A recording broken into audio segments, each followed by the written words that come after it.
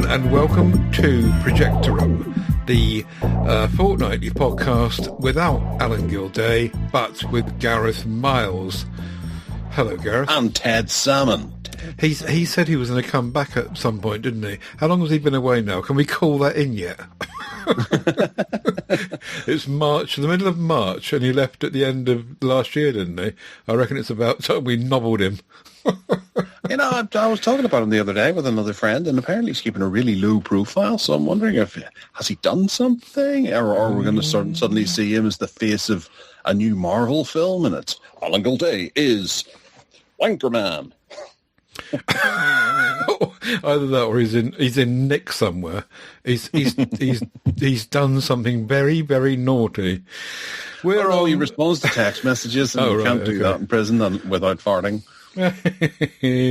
We're on show 206, and it's the middle of March, as I say, and just a couple of links for you. projectorroom.co.uk is our website, and garethmiles.com is where Gareth hangs, and tedsalmon.com is where I hang. So you can hang out with us there, or if you get fed up with that, you can go to MeWe, where we have lots of lovely listeners and readers and bleeders. No bleeders, just readers. But I constantly forget about it, and I can't remember the last time I was in MeWe. Oh dear! I've warned people of that. They leave you messages, and I say he won't read it. They used to do that with Alan too. I said he won't. Alan never comes here. He won't read it.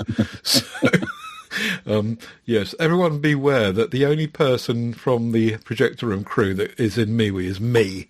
So you can pass messages through me. Let's get to the news, shall we? And it's Oscar week.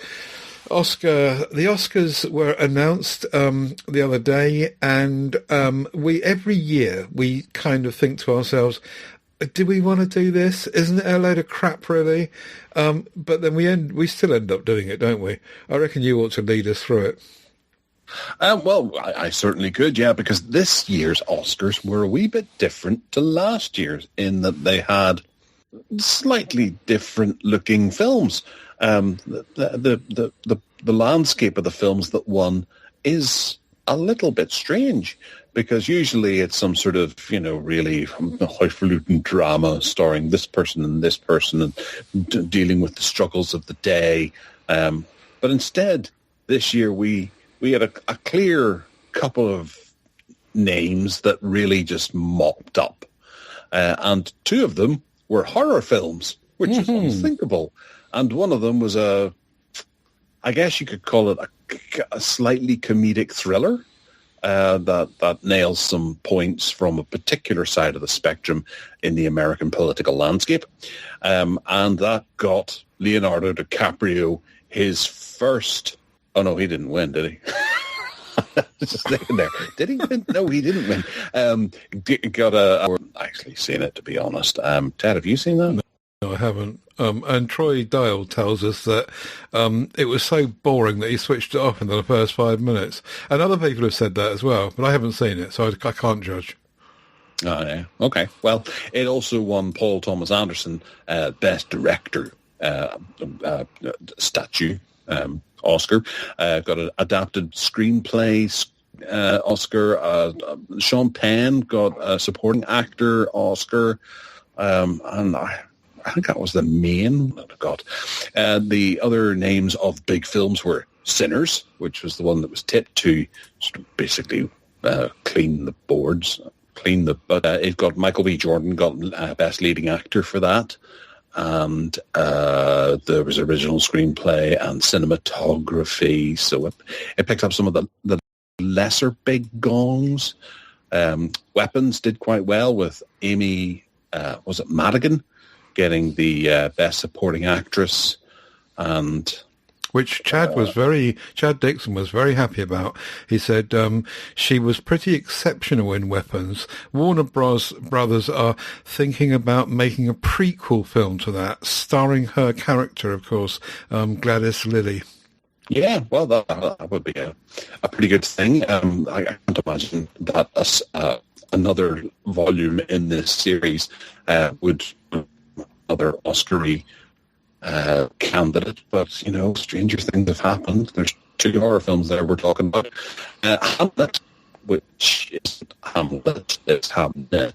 It got Jessie Buckley, her for leading actress, and I saw some funny posts of people going, "Oh yeah, Jessie Buckley, no idea who she is, but I love her work." which is kind of funny.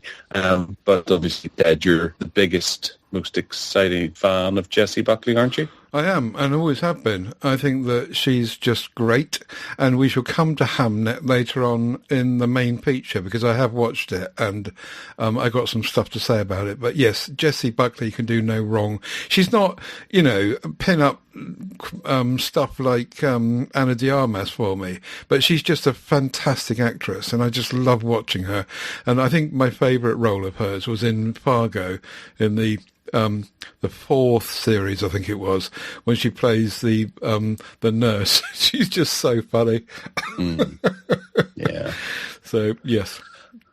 Yeah, there's a few other films that got the K-pop Demon Monsters, Demon Hunters, which is that animated it was a manga type film that I know my stepdaughter was big into, but I couldn't tell you anything about it. Avatar managed to get visual effects, and F1 got sound, and there's a few other ones that they handed out.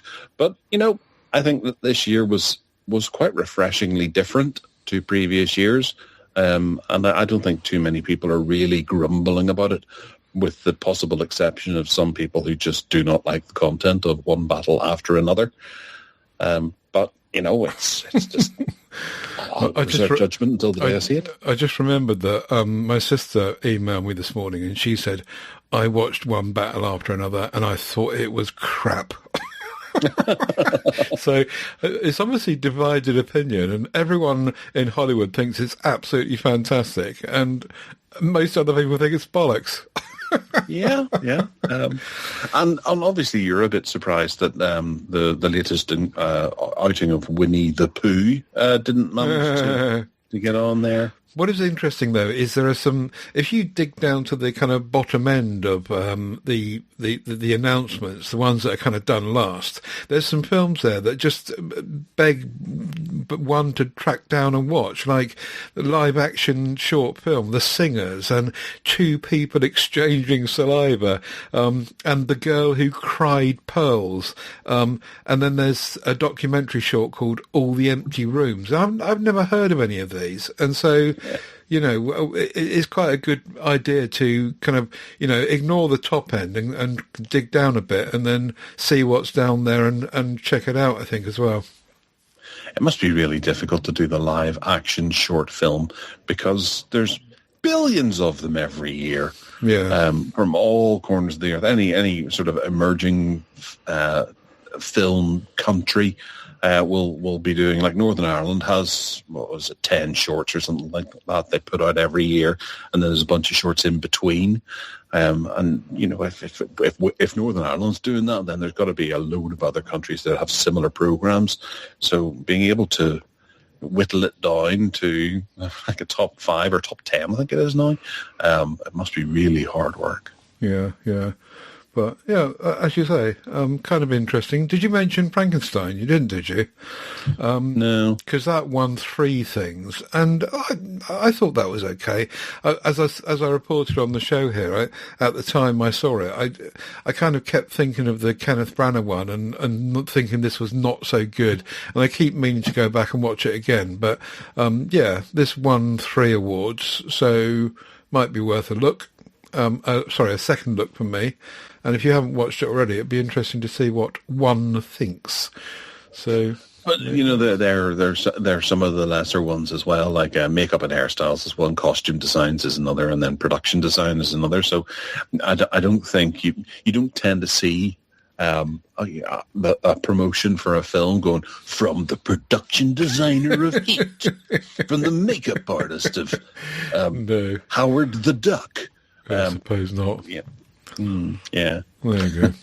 Anyway, that was the Oscars 2026, and hey, we shall live to see another day. The only other bit of news I stumbled into was a Guardian thing about film distribution in the wake of kind of DVD and Blu-ray. I know you're still into the physical media, but they were suggesting that there's this guy, or this guy that set up this company called Video Storage, and he's proposing distributing media on USB drives instead of discs, DVDs, Blu-rays, anything that's gone before, or streaming or whatever, but actually selling people stuff on drives which they can plug into what they want.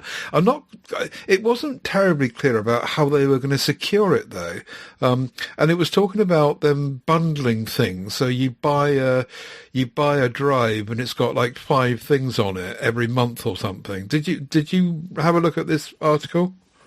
I did, yeah. It sounds something along the lines of basically Netflix, whenever it was originally a disc rental company, and you could you pick from their catalog, and these kind of credit card-y type things with USB at the end, they allow you to fill it up with various different bits and pieces. I suppose maybe, they could sell you a subscription that allows you at any one time 50 movies or 2 TV series or something like that, and then they can just fill these up. But I don't see this as being, whilst it's called storage, it doesn't seem to be like they're looking for this to be the next evolution in film distribution storage.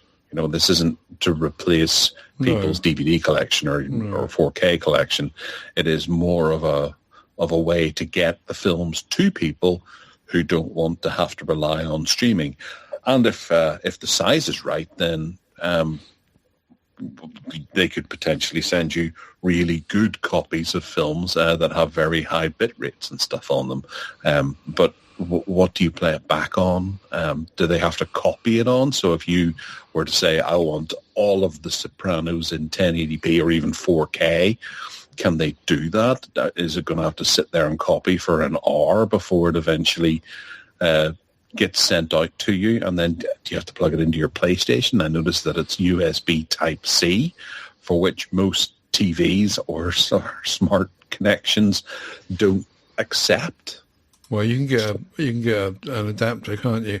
But I got the impression that they were dictating to you what was going to be on it. Certainly at first, they were, they're saying, look, here's the bundle. This month we're going to put this bunch of stuff on it, and if you want to subscribe, we'll send one to you. What I don't quite understand though is how they're going to secure it. So, or are they just going to let you then do what you like with it? Because inevitably, if you've got a film on a USB stick, you're then just free to send it round to everyone in the world unless they do a Mission Impossible and have self-exploding files that only last so long or something.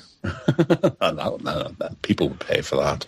Well, having a quick skim through it, I see that customers can subscribe for a quarterly collection, which is 5 features and 5 short films, or buy individual films and custom combinations as a digital indie movie mixtape. Oh, okay. So mixtape is an interesting way of, illustrating it so that people can maybe get the idea. Mm-hmm. But no, I don't think this, even the look of it, it doesn't scream at you, ooh, yeah, I want this. Right. And it's something that I think we're going to be talking on the next Tech Addicts. I have a wee, I want to have a chin wag about it, and it kind of relates to what we're going to be talking about later in the show as well. But yeah, it doesn't scratch the itch that physical media collectors love, where you get artwork and you've got something that sits on your shelf and you're proud of. Like LPs for me. Yes, exactly that. Okay, right, let's move on. Suggested viewing and reviews from our lovely listeners, and we decided to do something else a little bit different this time. Instead of kind of reading out long reviews and getting our words all wrong and mispronouncing people's names and being in trouble, we thought we'd go for a kind of quick fire one and then point you to people's reviews in our lovely MeWe group. If you click on any of these links in the show notes, it will take you to MeWe, beware, and if you are not a member of MeWe, you have to join before you can get to it. It's just an experiment. We'll see how it goes, but quick fire, you can start. Oh, may I? Okay. Yep. Well, Chad Dixon has written in on War Machine, which is on Netflix. He's given a full review, as Ted did explain. Unoriginal story, aping the whole Predator thing. He didn't really mind this being an unoriginal story, aping Predator, but as it looks good and was well acted satisfactorily, and is just about the right length, but it won't be everyone's cup of tea. No. Thanks, Chad. It does look good, that, actually. And I have heard some really good reports about it, where it's doing what the Terminator should be doing in the way of being better. Fair enough. Robert McCrowan is next. He's been watching Young Sherlock, which is a 2026 TV thingy-bob on Amazon Prime Video. The Guy Ritchie one, he says, on the telly. Unusual, he says, plenty of twists and turns, a good romp, even though easy to predict. He enjoyed more than he thought he would do at the outset. So that's on Amazon Prime Video, if anyone fancies it. Yeah.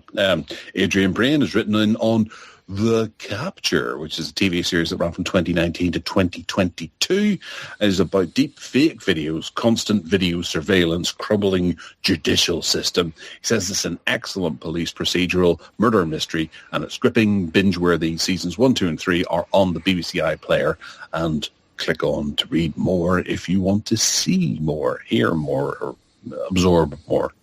Okay, and we round it up with Chad again, and he's talking about Project Hail Mary, which I think we had in our coming soon at some point. He rates it the best hard science fiction film he's seen since Interstellar in 2014. Ryan Gosling performs well, and Sandra Hüller has a good supporting role. Again, we'll link to his full written review in the show notes there. Sandra Hüller, if that's how you pronounce it, she's the German lady who was in that film that I watched where her husband fell out of the window, and it won loads of awards and stuff, and I can't remember the name of it now, but I really enjoyed that. I thought it was really good, and she's a really good actress. Her husband fell out of the window? Well, the character, not her real husband. Okay. Her husband, the character's husband, fell out the window of the top of the house and, dead on the ground. And she was being accused of having murdered him or pushing him out. And she had to defend herself. And it ends up being a courtroom drama. But anyway, we digress. Project Hail Mary is what Chad was watching. And if you're into sci-fi, then and Ryan Gosling, and if you liked Interstellar, then you might want to give that a go. So thanks, Chad, Adrian, Robert, and we'll move on. Fandom Focus. It was your turn to take the lead this time. So what have you chosen for Fandom Focus? Well, I realised the other day, whenever I was picking up my my gaming console, I have a Retroid Pocket that I do quite like playing old classic games on. And I realized just the sheer volume of them, that they're actually video game tie-ins to movies. And I tend to favor those, even though they're generally considered to be poor. More times than not, a video game tie-in from a movie is poor compared to other titles on a system. But it made me think about, the approach that they've taken and things that they do for video game tie-ins. I had a quick look around because I thought, what was the very first video game tie-in? And there's kind of two answers to this. The first one is the first official movie license was Atari's Raiders of the Lost Ark, that confusing jumble of a game that no idea what's going on. I've played it a couple of times and haven't a clue. You can watch people on YouTube play it and they'll explain to you what they're doing. But no, it seems a lot harder to actually comprehend what's going on than it does a modern day game. It beat E.T. To its release back in 1982, and E.T. was the game that famously caused the video game crash. So, yeah, it was terrible. But reading a wee bit further, Atari's Superman from 1978 was actually the first video game that was tied into a movie license. So it wasn't an official movie license. It was let's do a game, based on that. And they took an old game called Adventure, and they retooled part of it and turned it into Superman, and it became quite popular. There was also a game which I think was in the arcades called Death Race, and they say that it was inspired by the game Death Race 2000 from 75, but it wasn't, official that way. But I suppose you could say like Space Invaders would be inspired by classic sci-fis of 1950s and 60s and that sort of thing. So, but I thought that was kind of interesting. But it made me think about the whole landscape of video game tie-ins, and the good ones and bad ones and interesting ones that have happened over the years, and how they try to replicate the movie to the small screen, even from the point of view that there was games like, was it one of the Terminator games that they weren't allowed to act? I think it was Terminator 2. The game developers weren't allowed to see the film in case they dropped any plot lines or anything like that, or spoiled anything for the larger audience. So they had to try to just make up a game based around the idea of what was happening in the movie without seeing any of it. And it just goes to show, that's the level of care they had for the movie tie-in. They knew it would make a couple of million, so just crap out anything, and we'll slap the name of Terminator, Aliens, or whatever onto it and just sell it. And whenever they get home, it'll be too late for them to do anything about it, we suppose. There's games of Indiana Jones, and Star Wars has millions of games. If you actually go and have a look on Moby Games at the amount of Star Wars games there are, you just realize how popular movie tie-ins are, and some of them are just your really ropey tie-ins at that. But some of the ones that I've really enjoyed over the years were, Star Trek had some really good ones. There was Star Trek, the 25th anniversary. It was a graphic adventure. And then you had Indiana Jones and the Last Crusade, the graphic adventure as well. And those were ones that really captured me when I was a kid. And I loved playing through them. Because they kind of followed the plot line of the film, or in Star Trek's case, it was an entirely new plot line, but there was voices done by the original cast. So it was really sort of interactive Star Trek and interactive Indiana Jones. And then GoldenEye as well, which is a video game that always needs talked about whenever it comes to movie tie-ins, because there was about a year where I spent playing with my friends on the Nintendo 64. GoldenEye, we would just run around shooting each other, and it was so much fun on split screen on the one TV, all of us just sitting together, having a beer, laughing, mitching off college and university and that, and just sitting there playing this and smoking cigarettes and thinking, this is life. This game is amazing. What about you? Have you any sort of related games that you have played that maybe you went to them because you liked the movie so much? The trouble is that I'm not, as you well know, I'm just not a gamer, and I hardly ever have been. I had my spell with the SNES, where I was playing Mario. What was it called? Super Mario World, and I was glued to that. And then we had a go at Street Fighter as well, but I seem to remember Street Fighter, the film, was really crappy and bad. But I did go on a bit of a hunt after I saw you put this up for discussion, and I was surprised at some of the things. Just firstly to mention The Last of Us. Now, I've never played The Last of Us as a game, but as you know, I completely was bowled over by the TV show, so I can't talk about the game. But if it's anything like that, then I'll be all over that. But I also stumbled into a couple of other things, like The Thing, for example. Now, I love The Thing, the film, and if the game is anything like that, then that might be quite fun, I guess. But the most interesting one for me, I think, is probably The Warriors. And I can see, knowing The Warriors from 1979 really well, the film, I can just see how that could be made into a game with this, this gang being hunted across New York by another gang in the dead of night, and all sorts of people popping up, and I could just see, I can imagine how The Warriors as a game might work. But yeah, you're right, there is a lot out there, but I just haven't ever tracked any of this down because I'm not a gamer, so it's down to you. Have you played The Warriors?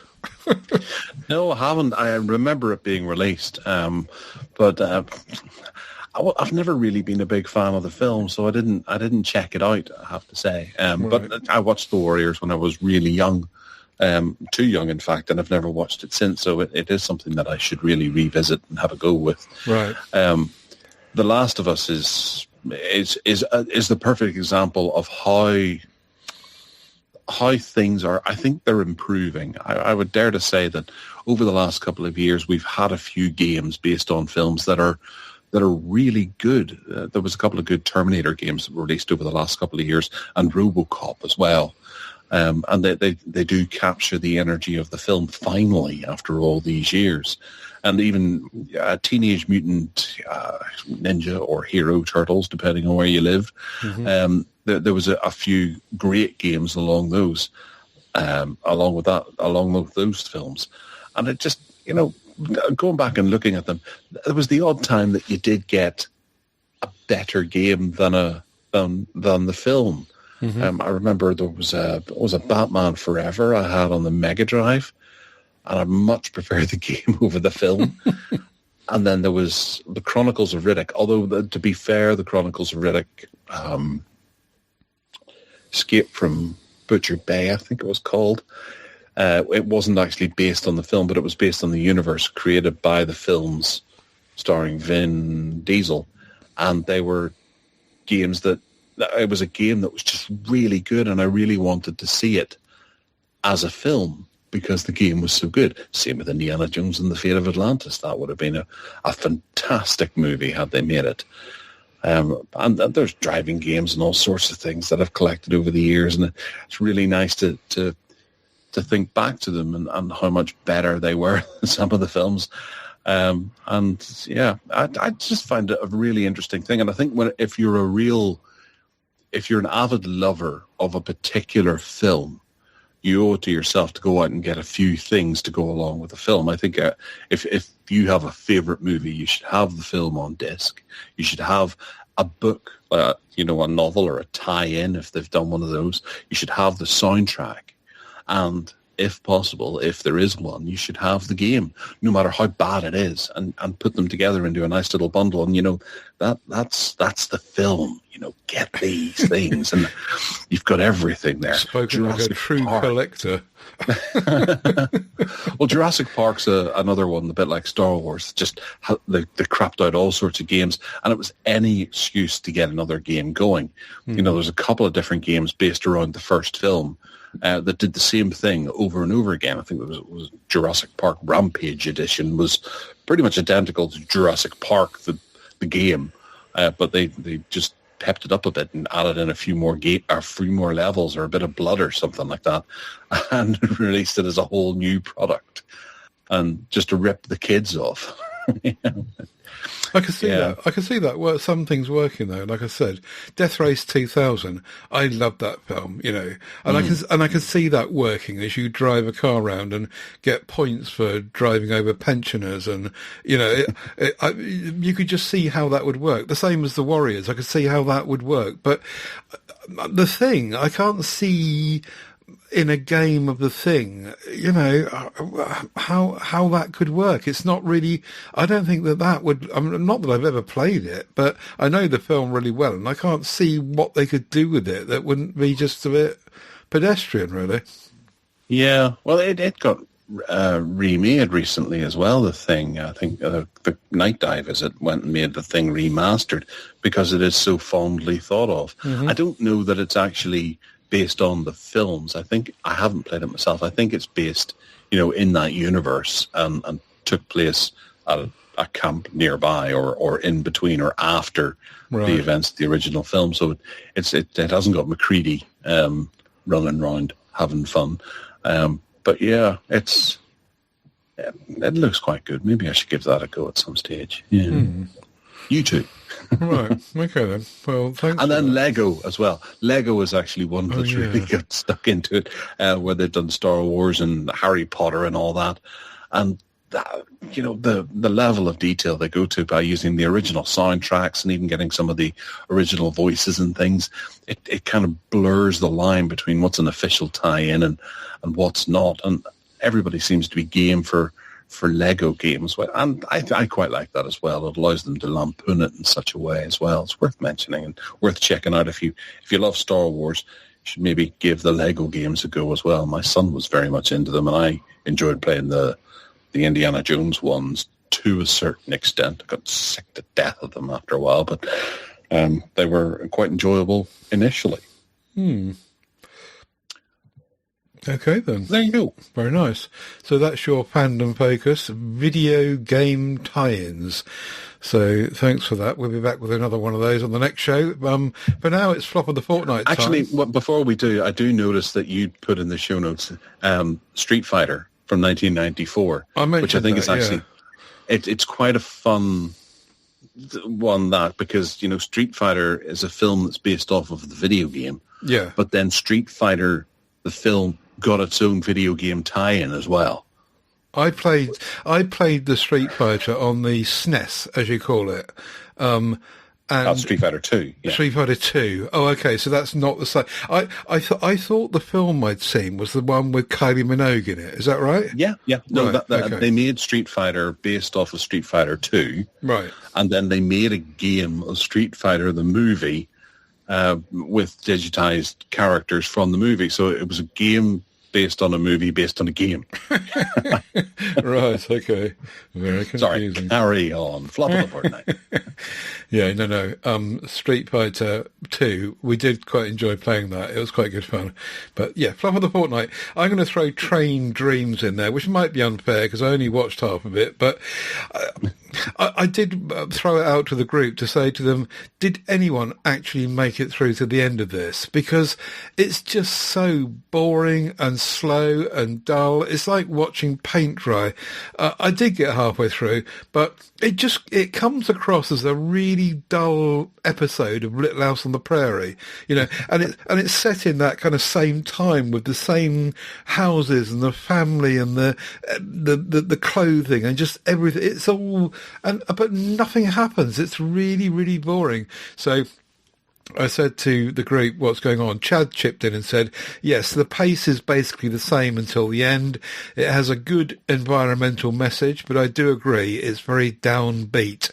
I thought William H. Macy had a great little cameo, and I didn't actually get to see William H. Macy. I guess that must have been in the second half of it. And if it's a cameo, then it probably wasn't very long anyway. So that's for me. I think it was just dull, boring, and I tested that with my sister as well, and she said, yeah, she gave up on it. Very, very dour. Have you seen it? I watched the trailer, and that was enough.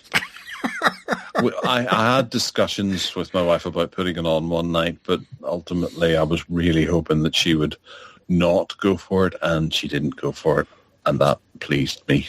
Really, really boring. I'll tell you something that won't please you, is me putting Friday the 13th, the 1980 film, into Flop of the Fortnight. And I'm going to be putting this. Fighting talk. I'm going to be putting this in because I went to see this film at the cinema in the early 80s, and I can remember being thrilled and chilled by it, especially the finale when, spoiler alert if you like, when there's a jump moment at the end of the film, and the whole cinema leapt out of their seats when this happened, including me, and it was really impactful, and it was just great. And my memory of going to the cinema 45 years ago to watch this film was just so different to watching it now. And it comes across now as a low budget. Performances are wooden and terrible. It comes across like a 1980s TV show, really. There's no scariness in it. It's not frightening in any way at all. There are a couple of gory scenes which are quite interestingly done, but it's very obvious that they're special effects of the day and they're dummies, and it's just not really happening. The script is really bad. The characters are just all making really stupid, dumb decisions. Walking into dark rooms and walking towards strange noises and isolating themselves at the wrong moment and this sort of thing. And it just was dumb. Kevin Bacon could have saved it, except the young Kevin Bacon was just horribly underused. And in actual fact, when he copped it, his death was probably the best one in the lot. That seemed to be the most realistic to me. But all of the cast just seemed largely uninterested, perhaps except for the lead girl, the Princess Di lookalike, Alice. She was played by Adrienne King. She looked as though she was interested in being in it and doing it, but most of the other ones didn't. When Jason's mum popped up, played by Betsy Palmer, she looked as though she was quite interested as well, and it's worth seeing her demise as well. So she was kind of talking to herself a lot towards the end of it, and she came across as a real maniac. So anyway, all I'm saying is that I've seen this now 45 years apart, and I think that the 2026 audience will just think it's funny and stupid, and they'll take the piss out of it. Whereas my memory of it in watching it at the cinema was so different. So I'm sorry, but in 1980, I won't put it in flop of the fortnight. In 2026, I will. Right, okay. Well, you're entitled to your opinion. Even if it's wrong and stupid. Defend it. No, I think Friday the 13th is very much a product of its time. It's really simple. It's cheap. They put it into the theaters, and it gave people what exactly they wanted to see at the time. It's tame by today's standards, but it's still. I think it's still just a beautiful lens of the time that it was released, when things were simpler. It's a really simple horror film. There's no twists and turns like they like to throw into the Scream movies and the new Halloween series, and it is just what you want to sit down and see. There's a killer, people are killed, it's a wee bit sexy, and it's got style aplenty. There's the sound, the kill, die. That's synonymous with that landscape. I just thought that was funny though. When that was going on, it just was comic to me, not stylish. Or I think we're going back again to what we've said many times before, is that the difference in our ages. You grew up at a time when you could look back and still appreciate these things, and I look back and laugh. Yeah, well, but you very much enjoyed it whenever you first saw it. Yeah.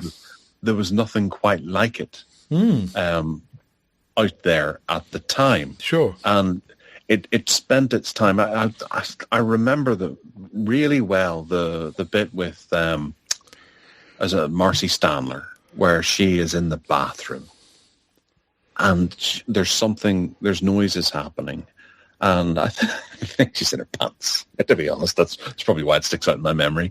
But it's a really tense, elongated sequence that's just the right length of time. They don't spend too long on it, but they spend long enough to make it exciting, and it just worked. And I can imagine the whole audience seeing that for the first time, going, "Oh!"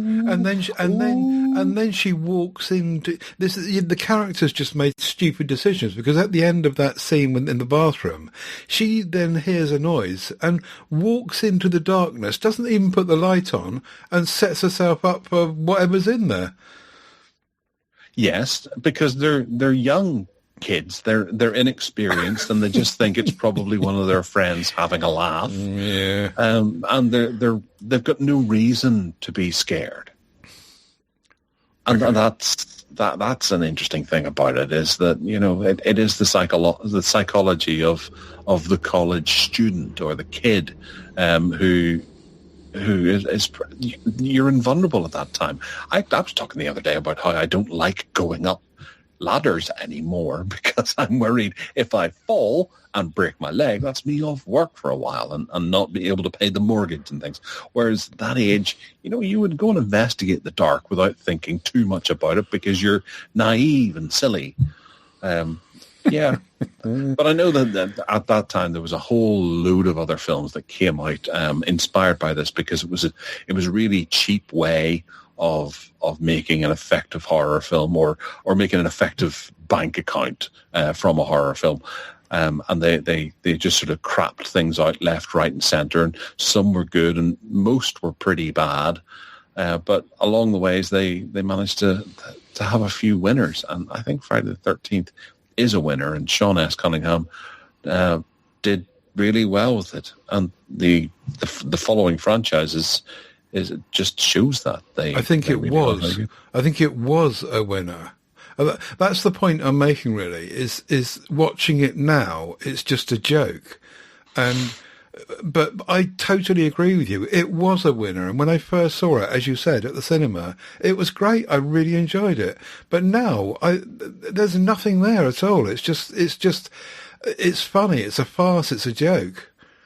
Anyway, you know, perhaps I'm not as open to you as things aging, and you can jump back into when you first saw them and enjoy it with the same frame of mind, and I'm approaching it with today's frame of mind. Don't know. Yeah, probably, yeah. And then I suppose I like distinguishing them as well, because I've seen all of them a good number of times, but you know, my memory gets a bit fuzzy and I can't remember which is which. And you know, I was thinking, this is the one with the guy in the wheelchair? No, that's the second one. Or is that the third one? And so, you know, I need to watch them all through again, and I go back through going, oh, yes, I remember that bit. Anyway, there you go. I'm putting it in. I don't care what you say. And we're done. Private screenings next. Dreadful. And I chose last time in private screening for us to have a look at the TV series that we had in Coming Soon, which we both kind of thought, look, maybe okay, called Scarpetta, which is a 8-part series on Amazon Prime Video, which was released all 8 parts last week. I watched 2 of them in the end, and it's a show about Nicole Kidman, who plays this pathologist in the kind of Quincy M.E. type way, if anyone remembers that. Jamie Lee Curtis is in there, Bobby Cannavale, and Simon Baker. So a pathologist uses forensic technology to solve crimes. Very basic, and on the face of it, maybe quite simple. I watched the first one and I made some notes after that, and it looked grisly and dark and, as I've noted here, a bloody version of Quincy M.E. And I thought, yeah, maybe this is all right. But then it started to move into the back-end drama of her life, the Nicole Kidman character, who's the pathologist. And then it skipped back to in time to 1998. So we're leaping between 2026 and 1998. And at first, I thought that they used Nicole Kidman in both ends of that and made her up pretty well. But I checked that, and it's not.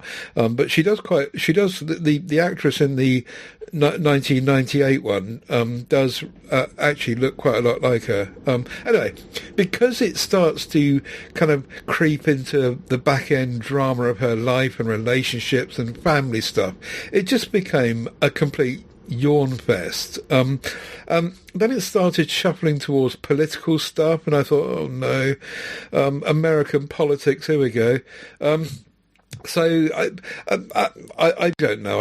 I think Nicole Kidman was all right. I think they could have chosen someone else, honestly, in the role to make it better. She didn't really come across as being that interested. Bobby Cannavale was very good, and his younger version was too. This younger version thing, I spoke about this before, about in relation to the Dexter show, where they'd really cleverly picked out some younger actors to ape the older ones, and they did it so well. It was done really, really well. And I think that the kind of idiosyncrasies and quirks of the older versions here, they did that quite well as well. The young Bobby Cannavale copy had got the look about him very much, and his facial movements as well.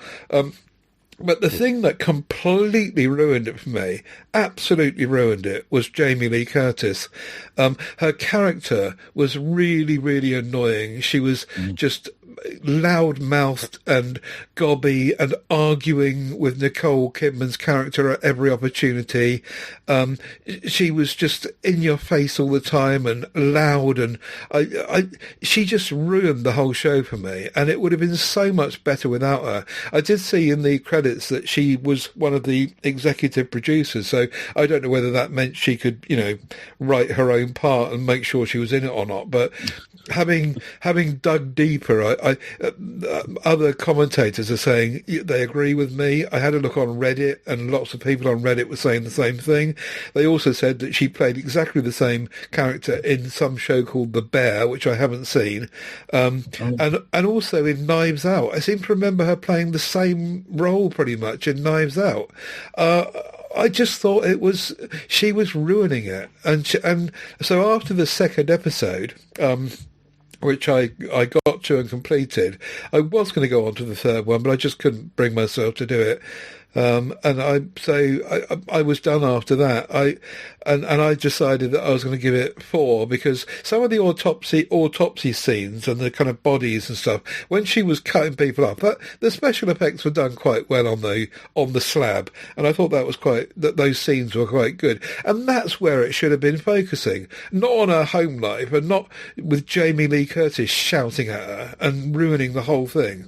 So those are my views. I'm giving it 4 out of 15, and now over to you. Well, I've only watched one episode of it. I didn't realise there was a second episode yet. I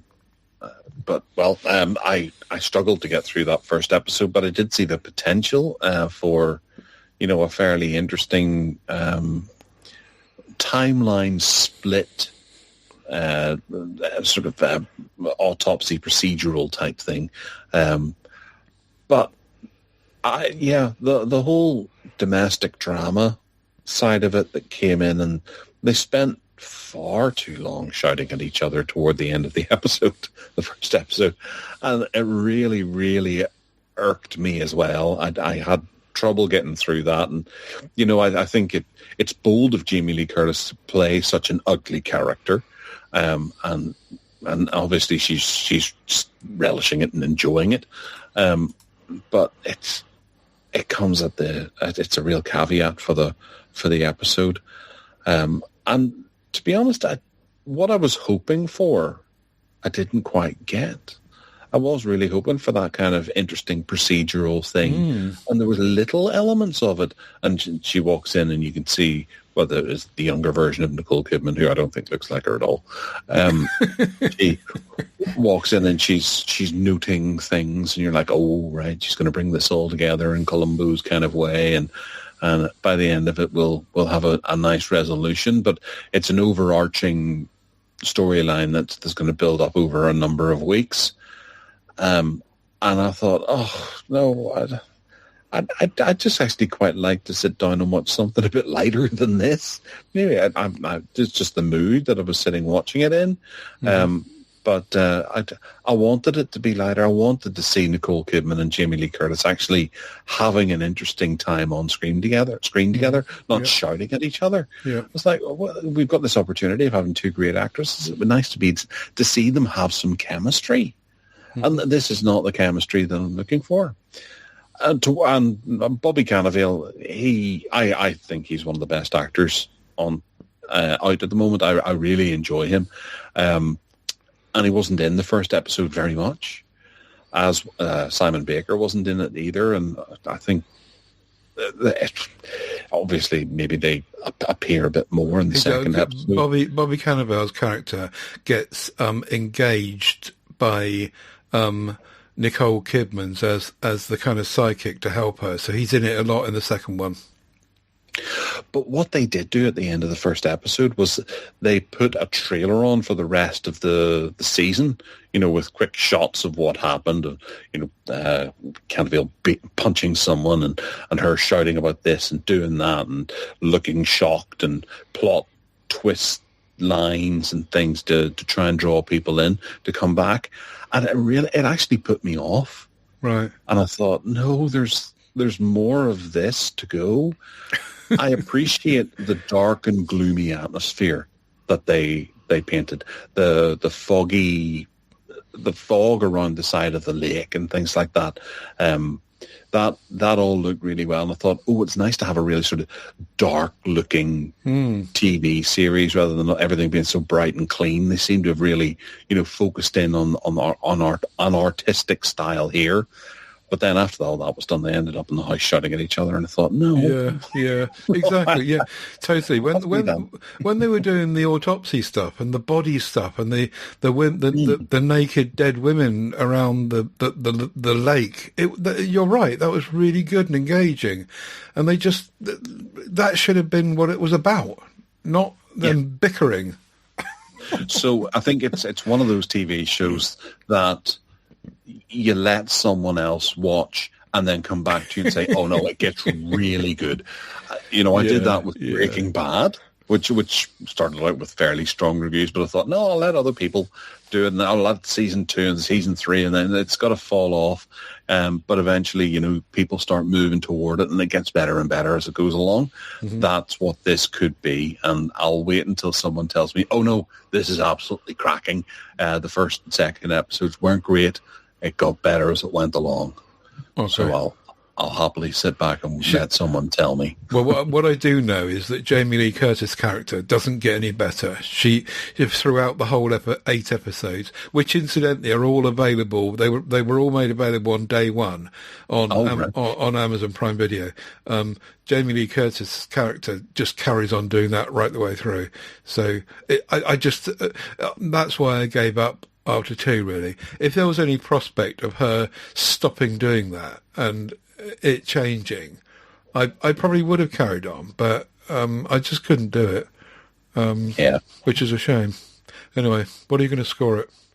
I think I'll go with 6. 6, so that's a total of 10. If I add things, 1, 2, 3, I carry the 4 and 10. Yeah, okay. And that puts it quite near the bottom. In fact, it's the only one we've ever scored 10 for, which is sitting between one less than Tech War. Right. Yeah, Tech War, Black Knight and Truth Seekers and Locked In. There's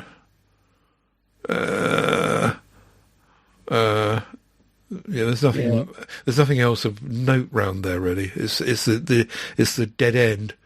But I'm with you. If someone comes back and says, "Oh no, you get back to it. It gets better," then I might. But at the moment, I don't have the motivation to do that. So that's it for this private screening. What are you going to set down for homework for us for the next one? Well, I thought I'd keep it in the family, and I said I like Bobby Cannavale, so he and his hair are in Trap House, which stars Dave Bautista, Jack Champion, Sophie Lillis, and Tony Dalton, who you like from... Do I? Yeah, Better Call Saul. He's Lalo. Oh, right, Lalo. Okay. So I figured that would be good. A round, good old-fashioned action crime movie. Okay. Yeah, that looks all right. It's on Amazon Prime. Cool. Okay, Trap House it is, and we will come back to the next show and talk about that one.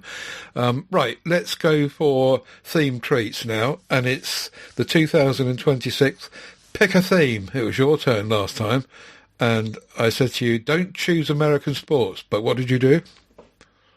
Well, it's going to be impossible to do this without choosing sports. Sports movies are such a big thing, and there are so many of them. And I was even thinking that it might be a good choice for a full year, and each show would do a different sport. That would be great. But I picked basketball because there's a couple of absolutely brilliant basketball movies out there. And I'll just open because I'm quite enthusiastic about sports movies because they're generally feel-good movies. There are some that aren't, but I'll throw in a few honourable mentions to start with because people will instantly think of one and go, that's the best basketball movie ever made. And that is, of course, White Men Can't Jump. I'm not going to go on about that one because it's so well known. Blue Chips is another one, good one with Nick Nolte. And Celtic Pride, I quite like, with Damon Wayans and Dan Aykroyd and someone else, Daniel Stern. That's somewhat of an underrated comedy. It's worth checking that out. But the main one I wanted to talk about, and I've seen it a few times in my life, and it always makes me feel good. It's Hoosiers, with Gene Hackman and Dennis Hopper. And it's got a beautiful score by Jerry Goldsmith. There's a little bit of a love relationship with Barbara Hershey as well, between Gene Hackman and Barbara Hershey. And this is just a sports movie that hits it out of the park. Everything about this, it just draws you further and further in. And it'll make you well up and cry at certain stages. Dennis Hopper's characters is maddeningly frustrating, and Gene Hackman he's not the lovely doofus that you're expecting. He's a wee bit more of a hard edge, but not quite as hard edge as Gene Hackman does play in other movies. You know, he's just in between those two, and it's a really good place for him to be with this movie. And they obviously go and he takes a somewhat underperforming basketball team, high school team, and takes them all the way to the majors or whatever it is. And they've lost their star player because I've forgotten what it was. It's been a while since I watched this. I watched this on plane a wee while ago when I was flying out to the States, and someone tapped me and went, I love that movie. Yeah, it's great, man. But I think he loses his father or something like that, and he goes into something of a catatonic state and doesn't want to play basketball anymore. But he sees the team start to perform well, and it's a question of just Gene Hackman's ability to be able to bring the team together, being a complete outsider from this small town in America, and he comes in and defies the odds and takes it forward. And I know that's a very cliche story, but this one just nails it perfectly. Everything about it is absolutely superb. It's got a little bit of wit, it's got a little bit of love, it's got a little bit of drama here and there. It gets everything in the right commodity, the right measure. Yeah, we'll go with that. The right measure, and the payoff is well deserved by the time you get to the end of it. I love Hoosiers. Have you seen it or heard of it?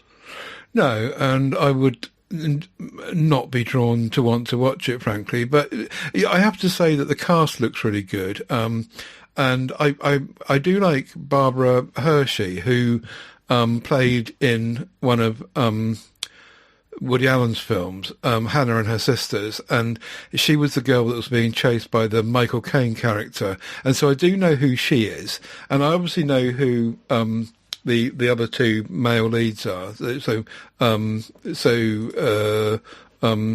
Hackman and Hopper. I've lost my notes now. It's so frustrating. I really, really like Dennis Hopper. I think he's great in anything I've seen him in. I find him a super actor, and he's just great fun as well. Gene Hackman we've done on the show before loads of times. But it's just this whole basketball thing. There's no way that I would watch this, even though that had that cast on it, unless someone totally convinced me that it was worth watching, because it would just annoy me, this whole American sport thing. But anyway, do carry on. Fair enough. Well, I wanted to put in an underperformer, one that not many people have gone to, but it's worth looking at if you want to watch a really decent basketball movie. And it went direct to video here in the UK. I don't know how it managed over in the States. I don't think it did particularly well, but it's a well-rounded basketball movie called The Air Up There, and it stars Kevin Bacon.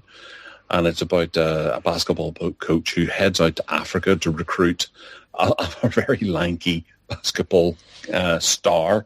That it's his last chance to deliver a big splash star in the American basketball scene.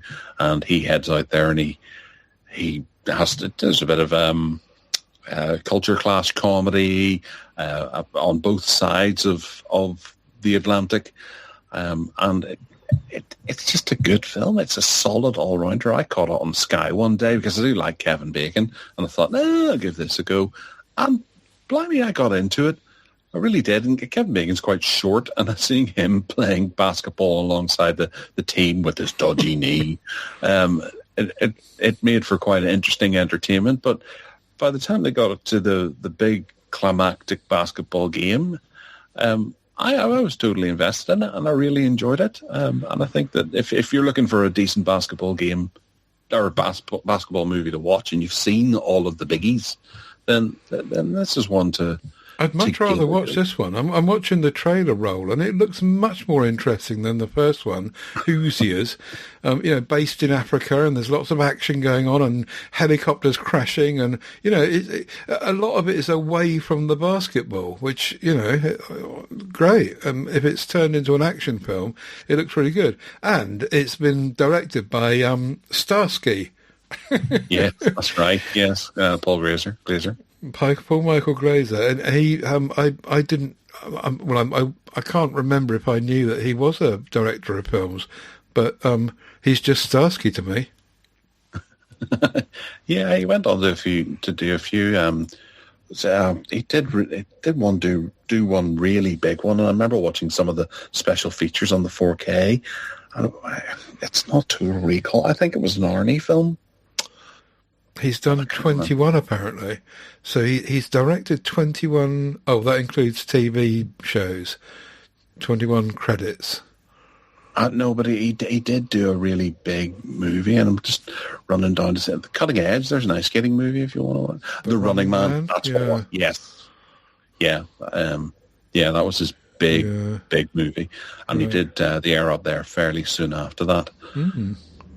But yeah, if I was going to watch a basketball film, that one looks much more attractive to me, I have to say. Okay. So you prefer your basketball movies to have no basketball, yeah, and not in America.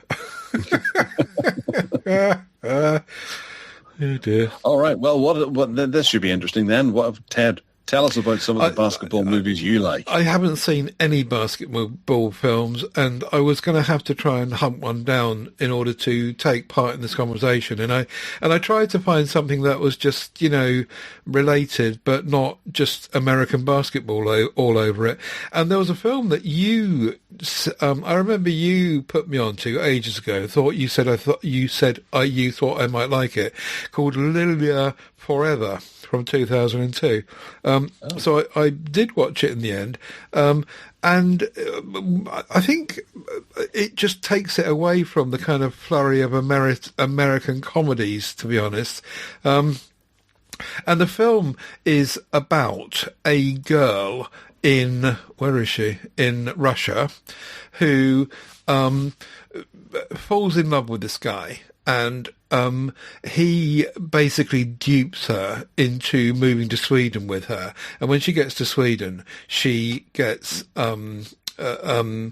taken into, human trafficking and used as a prostitute, which she knew nothing about before she went, etc., etc. And it's about her life. It's a true story, incidentally.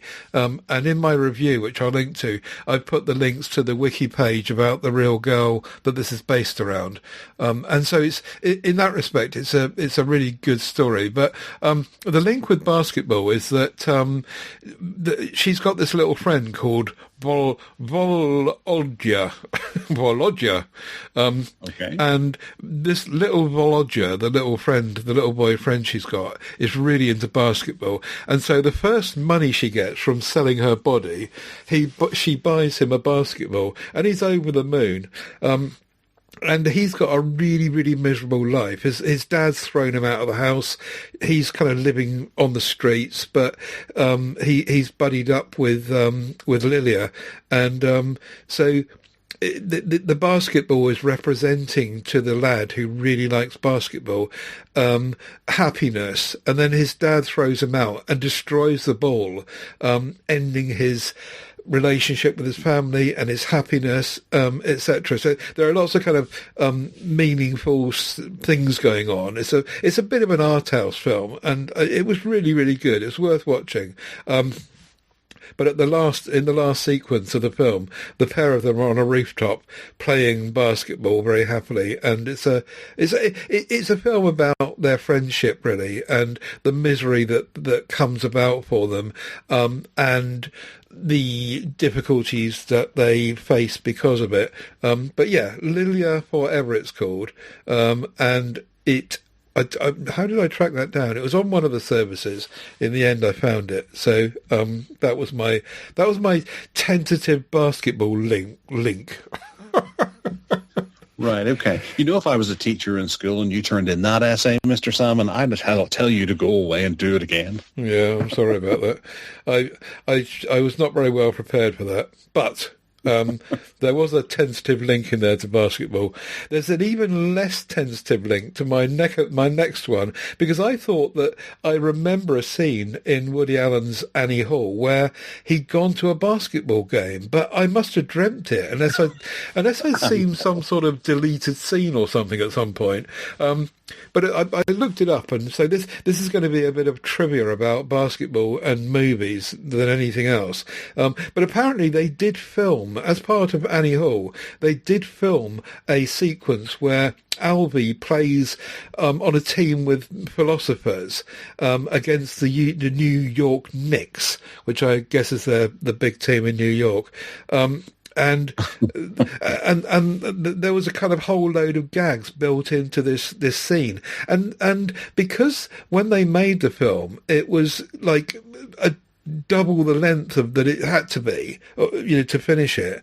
They just cut scenes out, and it's a real great shame, because I'm sure I've seen it, but I just can't track it down and I can't find it. But it might be on the DVD as a deleted scene or something. Yeah, maybe. I just couldn't find it anywhere. Anyway, so that's a bit of trivia, is that there is somewhere in Annie Hall a basketball scene which apparently is really funny, and it's not there in the final cut, the normal final cut. So there you go. Two really tentative links to basketball.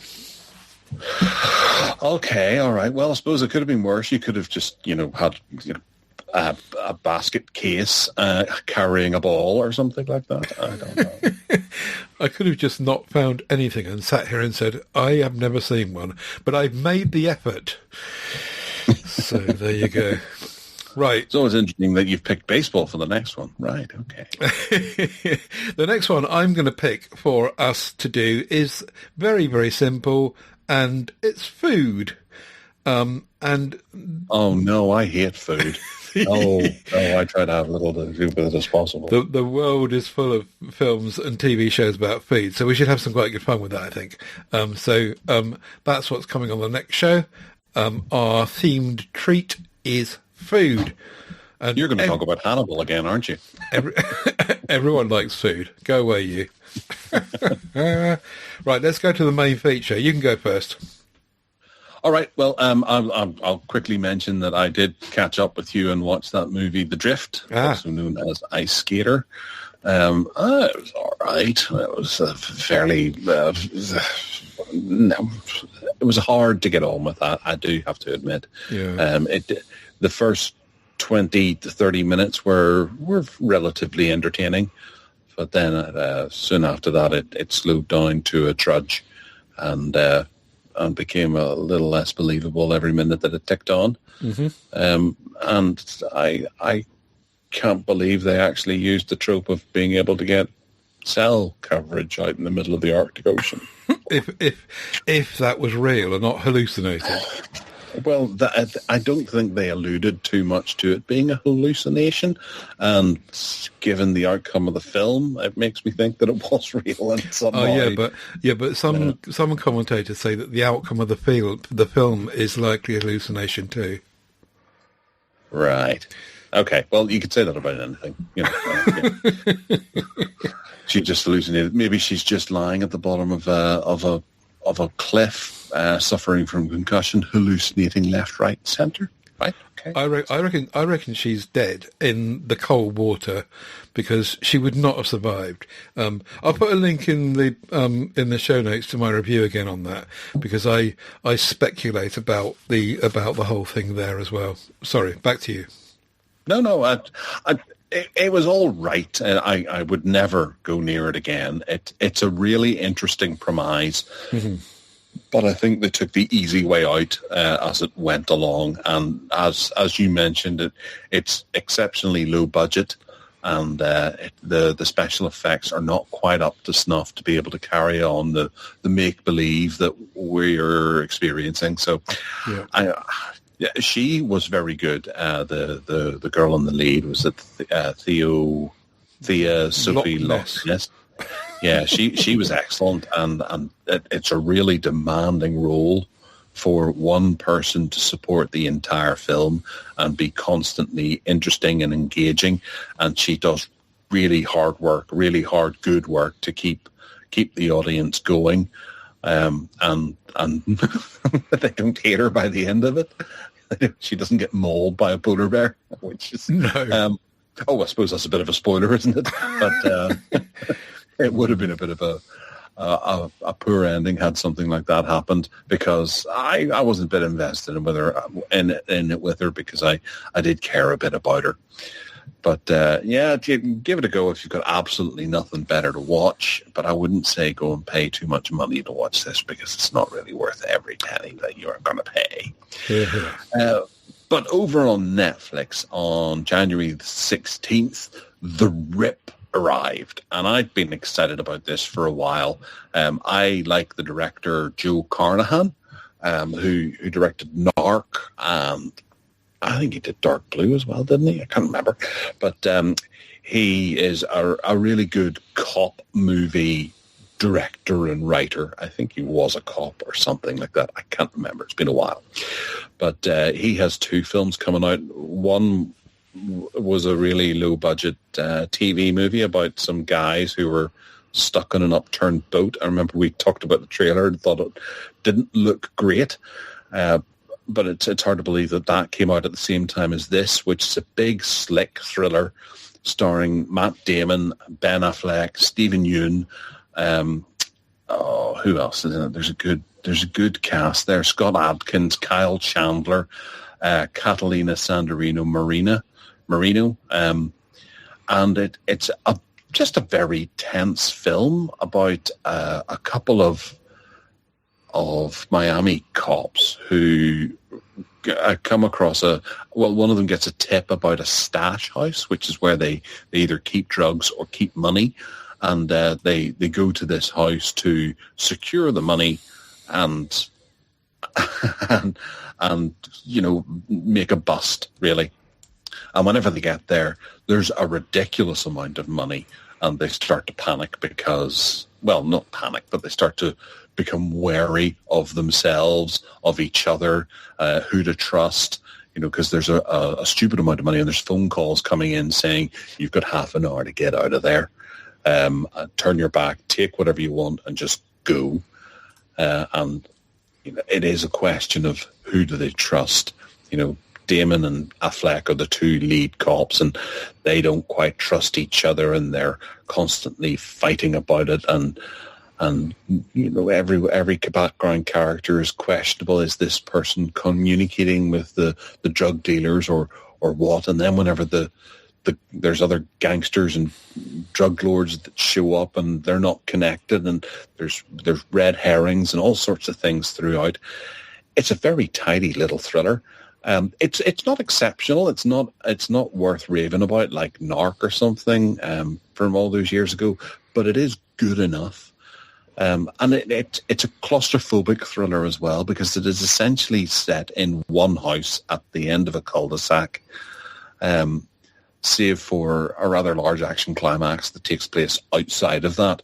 But the majority of the film takes place in this one house where they're kind of, bunkering in, hunkering down and reinforcing the place so that they can sit out, do the count, because they have to count the money before the police that they've called arrive, so that everything's accounted for.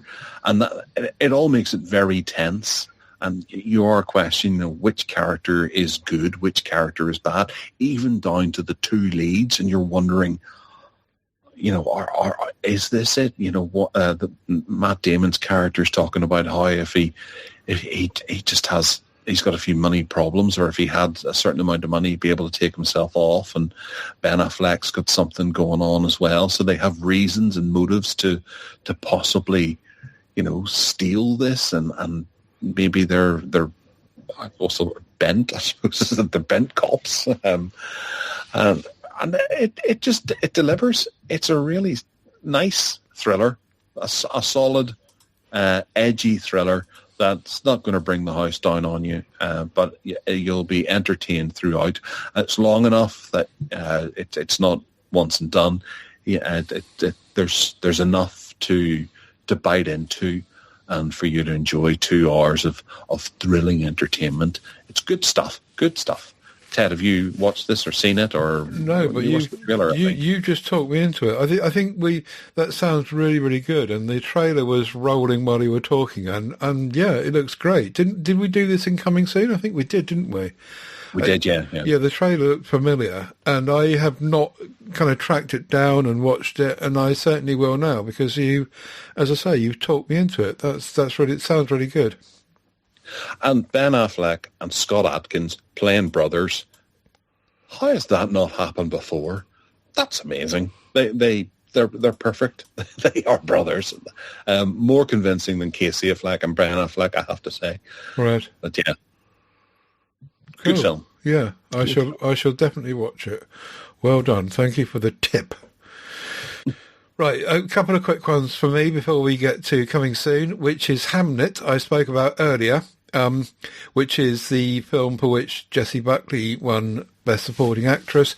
And I went into this knowing absolutely nothing about Shakespeare. I've never studied Shakespeare, never read it. Heard of him? I've heard of him, yeah. Okay. I'd never studied it or watched a film about it or been to a play or anything. I knew nothing about Shakespeare. And so I thought I was going to be really bored and it was going to be rubbish. And to be honest, the only reason I was watching it was because Jessie Buckley was in it. But actually, I was wrong, and it was really good. It was good. There was lots of good atmosphere going on. The story is about, it's kind of half true, based on some truth about Shakespeare and his wife, who had 3 children, and one of them died, and so he went off to write a Hamlet, which apparently is the same as Hamnet.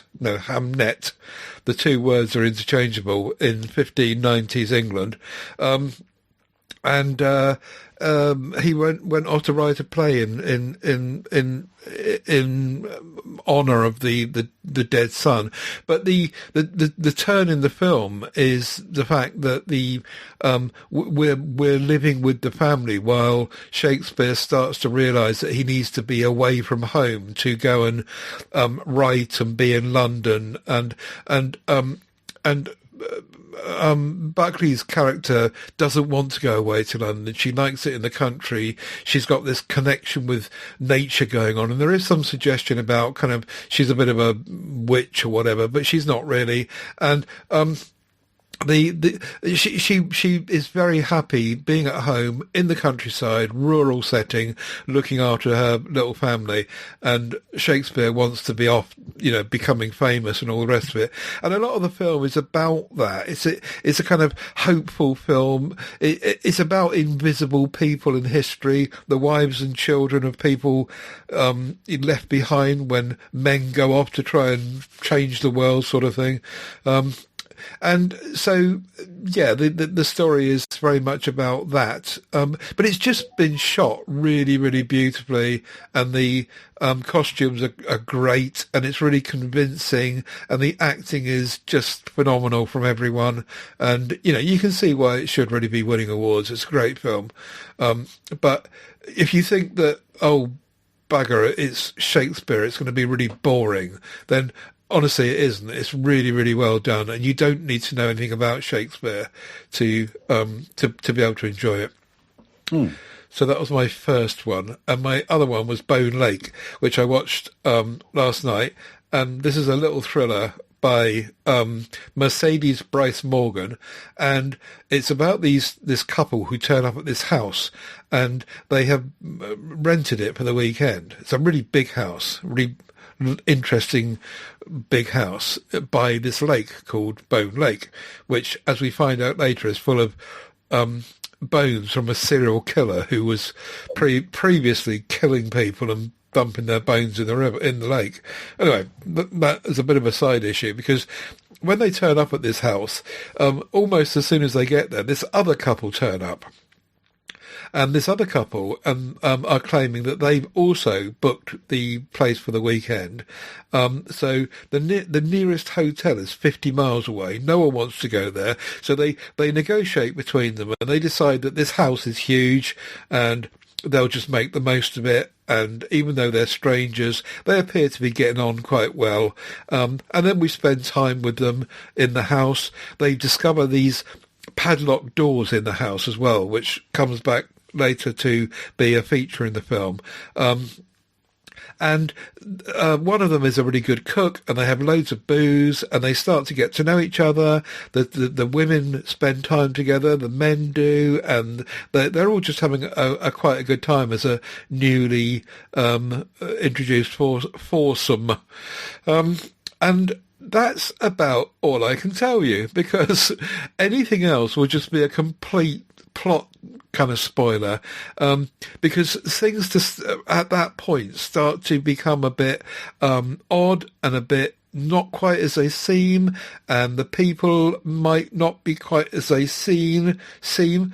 And the house, it turns out, has got some secrets. Yes, you guessed it, behind padlocked doors. And it's a really good hour and a half kind of thriller, which works really well. The girl in the lead has Hassan. Is that her name? Maddie Hassan. She was in Mr. Mercedes, which my dad is watching at the moment, funnily enough. Oh, yeah. And she plays the lead, the main lead, really, in the film, really well. She's very convincing. The rest of them are quite good as well, but she obviously is the star of the show. And the cinematography is good. The characters are interesting. The unfolding story, there's tension building as we get towards the end, and it turns out to be actually a very good thriller. But I really won't tell you any more about it, because you should watch it, because it is... any more would just spoil it for you. So go and watch it. It's called Bone Lake, and it's on a couple of streaming services, I think on Sky and Apple at the moment, but it's coming along, and I recommend it. Cool. Yeah, I've seen that advertised, actually. It does look rather good. I heard it was a bit racy. Oh, the erotic thriller bit of it is there's a couple of scenes in it, but it's not really that. It's certainly not graphic. It's more like people walking towards a bathroom, and you see the back of them, full nudity from the back. That kind of level, you know. And when they're shagging in the beds, you just don't.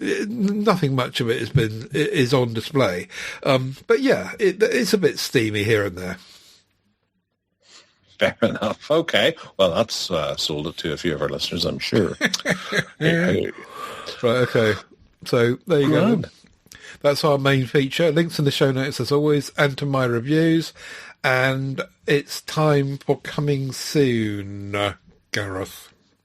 Aye, that it is. And we're going to start where we should always start, with a killer creature feature.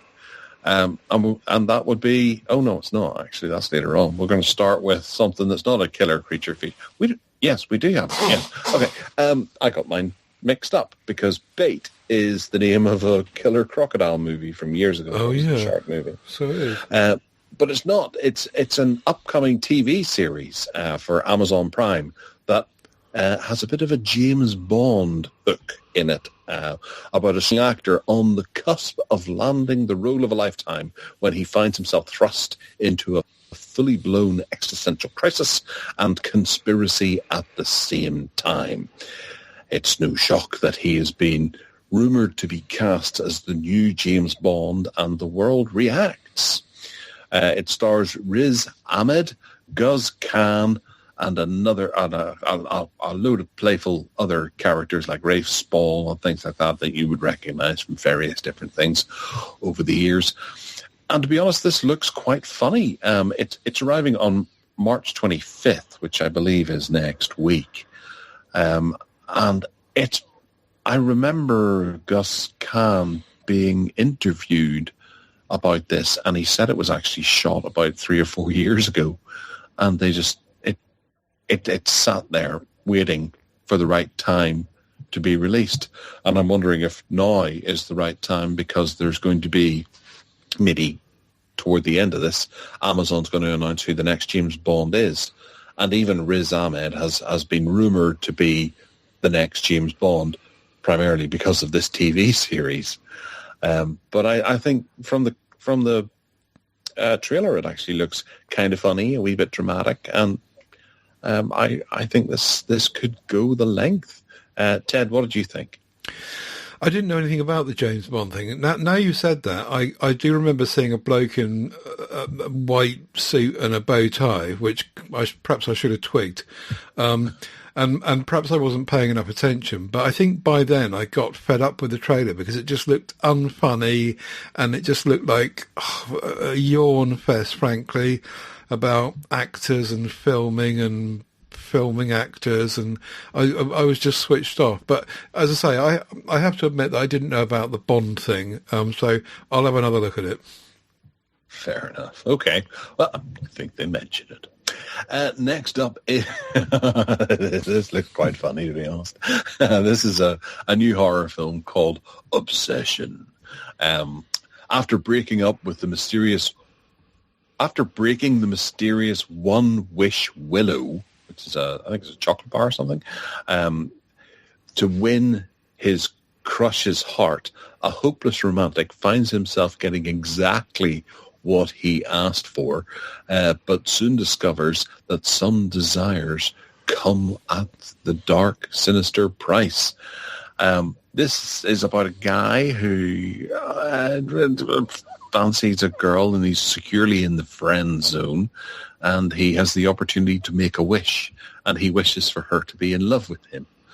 And things go a bit nuts. It turns into a psychological horror, and appears to be a bit of a slasher film as well, as things get bloody and violent toward the end. It seems to have a very nice sense of humour about it, and I'm thinking that Ted's probably going to hate it. I couldn't work out what this One Wish Willow thing is. Again, I suppose if we were American, we'd probably know this. But it looks like he broke it open and he got a wish, and then but we didn't see what the wish was, and then suddenly it looks like the girl he's after turns into a vampire or a serial killer or something. He wishes that she falls in love with him. And then she does, but psychotically in love with him. Oh, so she's like then stalking him or whatever. Oh, Did you have the volume on when you watched this? Well, I thought I had. I just couldn't quite work out what was going on. I thought it was just. I thought the trailer was just really confusing. But anyway, the second half of the trailer obviously pepped up. The first half of the trailer, I thought, oh, this looks really boring. But then when she started to go Fruit Loop and there was blood everywhere, I thought, oh yeah, well, this looks all right. but by that point, I'd convinced myself she was a vampire. All right, okay. No, she's just a deranged psycho. And I'm sure that if you watch the trailer, folks, you'll know someone who's gone out with a girl who's a bit like this, I'm sure, at some stage in your life. Okay. So that's the second one that I've got to watch again. All right. Capture is another fairly strong-looking horror film. Sorry, we're going a bit horror at the moment, but hurrah! That's just what we were dealt out during the week that was interesting. This is about it's a found footage horror film. After the mysteriously inheriting her parents' house, no, it's not found footage. Did you? Right. Okay. Never mind. After mysteriously inheriting her parents' house, a lifelong orphan finds a camcorder and a collection of videotapes containing the gruesome secrets of her family's past and the horrifying truth between the camcorder behind the camcorder they were captured on. So it looks like an effectively scary little film about a girl who inherits a house, drives to this small town, is advised by the locals to keep away, but she doesn't. She goes in and finds out the truth, and things turn nasty. Ted, you've noted this is a found footage movie. Well, it looks like it to me. But I suppose she does. She finds footage. Yeah. Okay. Yeah, it just looked really complicated. And I thought, why can't we have simple films anymore? When I looked at what this, the kind of backdrop to this is, that I got this quote, which is, anyone the camera records doesn't just relive the past, they die. What begins as a disturbing discovery soon becomes a desperate fight for survival as the camcorder's supernatural power refuses to stay buried. And I at the end of all this, I thought, this is complicated, and it just felt like it was a load of rubbish. But that's the third one I've got to watch again, I think. All right, okay. Well, no, I felt this looked decent enough, and it's not a cheap horror film. It looks to have a bit of money behind it as well, and a good bit of polish on it. So I've got high hopes for that. That's arriving on March 15th, which has happened already, so it might be out on whatever service it is due to go out on. I believe it's the cinema. Right. Okay. It's not Shudder. Right. The next one is Fuse, that's arriving on April 3rd. This is a potentially quite interesting-looking London-based thriller. I think this is a British movie, about an unexploded World War II bomb that has been discovered on a busy construction site in the centre of London. Chaos ensues as the military and the police begin a mass evacuation against a ticking clock. I'll be honest with you. I put this in about 2 weeks ago in the show notes, and I've kind of forgotten what it's fully about. But there's a sniper, and there seems to be a plot. Where, thankfully, it's got a plot somewhere in it, and it stars Aaron Taylor Johnson, Theo James, and Sam Worthington, and it's all shot on a particular street that I went and looking to see if it was a real street. Was it like, I can't remember. Ted, you'll know the street. What was the street called? I don't know. How would I know? Because they say in the trailer about 6 times. Oh, do they? Well, again, I probably switched off by then. I was trying to keep up with it because it started off looking like a straightforward kind of, unexploded bomb story, which looked really interesting. And I thought, yeah, this has got, it's an interesting topic to make a film about. Then it started to get kind of more complex and other stuff came along, and then there was a bank heist going on, and then there was this and that, and it ended up looking like some kind of macho man high-octane thriller by the end of it. So I'm not saying that it won't be good. It might well be good, but I just got confused, and, I need to perhaps watch the trailer again. It's bothering me because I was trying to make a pun on the title because there's a bomb and there's a scene that looks like something from the Hurt Locker. I was thinking like Harrogate Hurt Locker or something like that, or what have you. But then I went looking to see if the street was in what the town area was called, but it was in Bracknell, I think it was. Maybe I can't remember. Right. But it's got Aaron Taylor-Johnson, who, to keep with the James Bond thing, is one of the guys who is tipped to potentially be Bond. There's quite high odds. I don't think it's going to be him, but I think there's high odds that he's in the mix somewhere along the lines. Okay. All right. The last one is where I was going with the creature feature, and you can kind of understand why I thought it was called Bait, because this looks like bait. This is called Thrash. I suppose it looks more like Creep. We're getting Creep 2. Crawl. God, I'm not doing well. We're getting Crawl 2 at some point. But this is following a Category 5 hurricane that decimates a coastal town. The storm surge brings devastation, chaos, and something far more frightening. Hungry sharks. And I know what you're thinking, folks. We never talk about sharks on this podcast, and this will be a first. But it's not. We do talk about sharks quite frequently because shark movies are awesome, and especially whenever they have a decent budget like this, and the ooze style. It does look like Crawl. And it uses the whole plot device and takes away the crocodile and puts in a shark instead. But I'm all right with that because Crawl was damn good fun. And I've got a lot of hopes that this is going to be damn good fun as well because it's got a good cast, good effects. And from the trailer, it seems to have a good style about it as well, where they've thought about how to sort of illustrate a shark in the area without painting the picture too obvious. Ted, what do you think of Thrash? Yeah, it looks great. I can't wait. It looks like really, really good fun. And as always with these kind of disaster monster films, it could go either way. But you're right. I think the signs in the trailer are that it looks like it's quite well made. The only thing that I wanted to flag up was I'm hoping that they don't take too much time up on this kind of soap opera bit about the pregnant woman in the mix, because the trailer seems to spend a bit longer than perhaps it should on that. But anyway, laying that aside, I think that the film looks like great fun, and I am with it. Oh, I think the pregnant woman thing could add a little more tension to it. Think about The Quiet Place, where she was giving birth. That was kind of... That was tense. Unbelievable, but tense.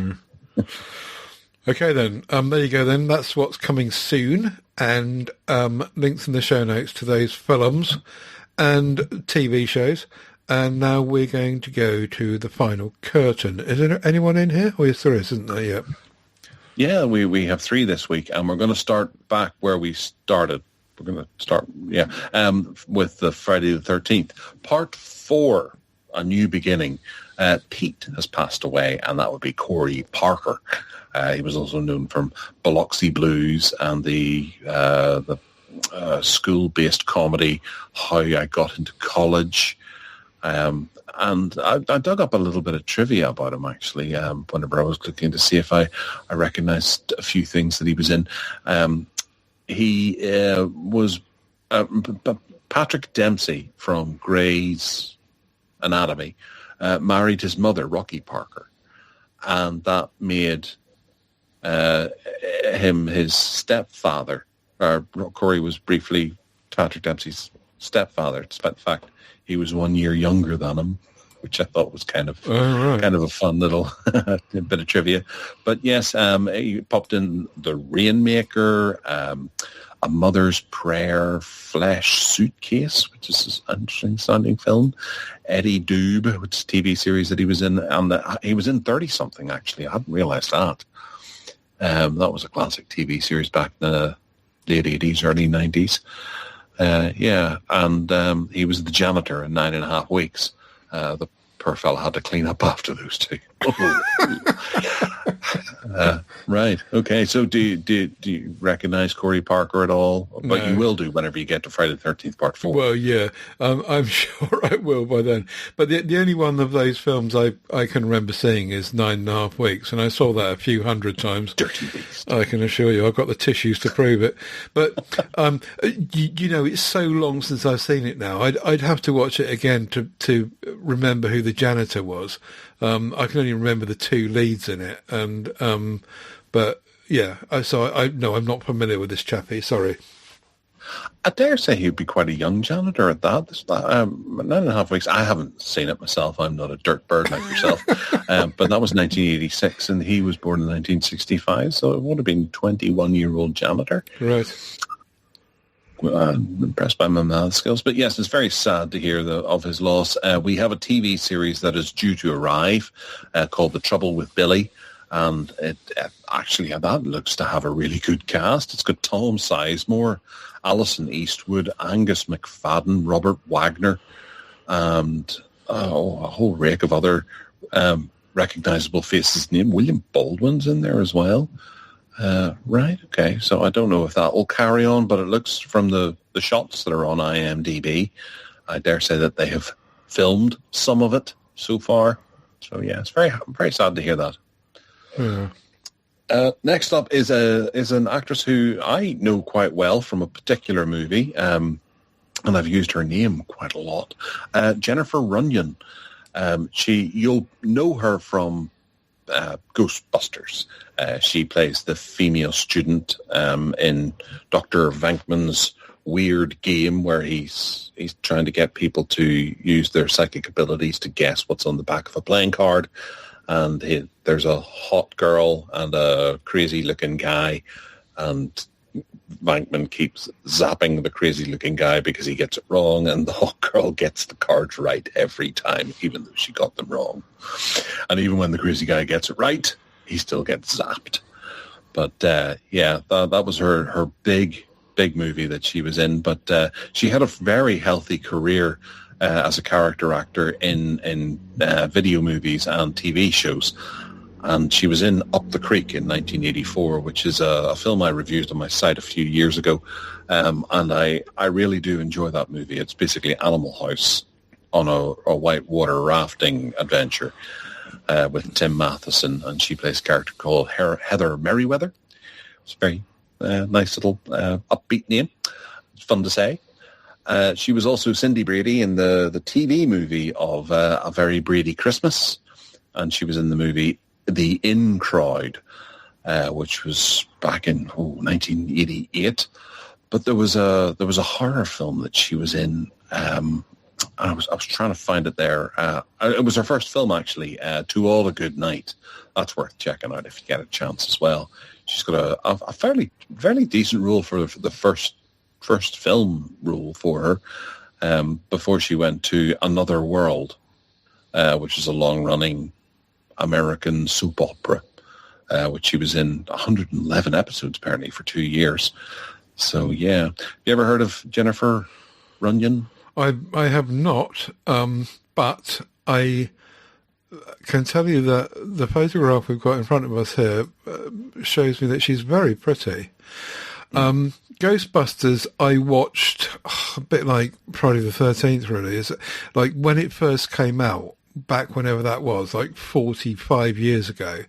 I watched it at the cinema, and I've never watched it again. So I just don't stand a chance of remembering what it's about or who's in it or anything, really. I need to do what you do and watch all your films in rotation whenever you've got any downtime, so that you can remember who's in them. Okay, all right. Well, I think you were watching through the Silent Night, Deadly Night. No, it was Silent Night, Bloody Night. She was in, not Deadly Night. Sorry, carry on. And Carnosaur, which was a knockoff of Jurassic Park. Very, very cheap one with Diane Ladd. Right. Yeah. No, I'm afraid I don't know her. I didn't know her, but she was very pretty, wasn't she? Yes, was indeed, and perfectly cast in Up the Creek. Mm-hmm. So the last one we have to talk about is Matt Clark, who just passed away the other day at the age of 89. And he's a very well-known face, and primarily from Westerns. Having a look at his career, he did an awful lot of Westerns, to be honest. He was in The Outlaw Josie Wales. He was in, well, it's not quite a Western, but I suppose it's a survival thriller, Jeremiah Joshua Jeremiah Johnson, with Robert Redford. He was also the bartender in Back to the Future Part 3. But yeah, looking down his career, there was a lot of Westerns, and I know his face from other Westerns as well. It's his upper lip sits up a bit, so he's got a sort of a very expression-y mouth. And if you see his face, you'll go, "Oh, yes, I know him from." And I'm looking through the Lonesome Dove TV series, not the one with Robert Duvall, but I remember Lonesome Dove whenever I was younger, watching that with my parents. Do you know Matt Clark? No, I'm sorry. Yet again, I fail you. I did look through the list though and saw that he'd been in all sorts of TV shows as well. Like, for example, The Waltons, which I knew really, really well when I was a kid, and Little House on the Prairie, which I mentioned earlier. I used to watch that as well. I have seen The Outlaw Josie Wales, but the same thing was true about Ghostbusters, really, is that I can't remember anything about The Outlaw Josie Wales, except that I watched it back in the day, and I thought it was really good. But remembering a face, yeah, this is what the difference is, you see, is that you remember faces from films. Like you said just now, I remember he was a bartender, and I wouldn't stand a chance remembering that. But you just seem to be able to remember people's faces in roles really easily. Well, yes. It helps that he's credited as bartender on Back to the Future. There's no mystical wisdom there. Yeah. But he was in Pat Garrity and Billy the Kid. That's where I know him from predominantly. But he was also in White Lightning, which was Burt Reynolds' movie, the predecessor to Gator. Yeah. And The Laughing Policeman. Oh, wow. Oh, man, I have to find that again. That was a corker. So Walter Matthau, 70s detective movie where he was really playing against type. Oh, man. Obviously not in years. Right? I'm going to find that. The Quick and the Dead. You and Alan spoke about The Quick and the Dead quite recently. Not that one. There's two Westerns called The Quick and the Dead. There's one with Sam Elliott as well, and that's the one he was in. I haven't actually seen that, but I've been meaning to. He was in Ravenhawk as well, which I remember hiring primarily because of I don't know her name, but the lady on the front cover was just exceptional looking. And I thought, right, I'll watch that, and took it home, and it was kind of a middling Native American action movie. But I don't remember him in it, to be honest. No. Anyway, yeah, very sad. 3 people have gone in the last fortnight, including him. So hopefully on the next show we won't have anything in this section at all. The next show, which will be in a fortnight's time, as always, projectorroom.co.uk is our website. GarethMyles.com is where you'll find Gareth stuff, and TedSalmon.com is where you'll find my stuff, as well as links to all of our MeWe groups, growing by the minute, and all of our other audio podcasts. and PodHub UK will get you all that stuff as well. And we do have a Camera Creations podcast coming out this week as well, so it should be out Thursday this week. So watch out for that one. But yeah, we'll hopefully catch you in the MeWe group and look forward to hearing about what you've been watching, so we can bring highlights of that to the show next time in the Projector Room.